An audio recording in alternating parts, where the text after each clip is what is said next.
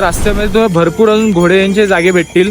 म्हणून जरी तुम्हाला चालता तुम्ही थकला, तुम्हाला वाटलं की चला नाही जमत आहे एवढं आणि घोडा घ्यायचा आहे, तर तुम्ही घोडा घेऊ शकता. मध्ये मध्ये रस्त्यात पण भरपूर वेळा तुम्हाला घोडे बघायला भेटतील. पुढे जाऊन असे हे 2 रस्ते होतात, ज्यापैकी घोडे आणि पालखीवाले ह्या खालच्या रस्त्याने जातात. तर आत्ताच आम्ही एकाला विचारलं की चालायला रस्ता कुठला बेटर आहे, तर त्यांनी सांगितलं हाच घ्या, कारण की हा रस्ता शॉर्टकट आहे असं त्यांनी सांगितलं. मी पण आता ज्यूस पिला, ज्यूसची बॉटल संपली, पण मी डस्टबिन शोधतोय, पण मी आता तात्पुरतं ती बॅगेत ठेवली आहे. तुम्ही पण डस्टबिन भेटले तर तिथेच टाका, असं कुठेही टाकू नका. तर एकदा त्यांचं चाललंय की अजून मोठा ब्रिज करावा. बघूया पुढच्या वेळी बघायला भेटतो का.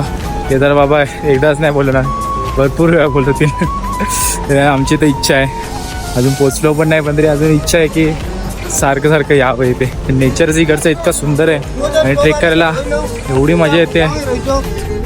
परत भेटूया पुढच्या व्लॉगमध्ये.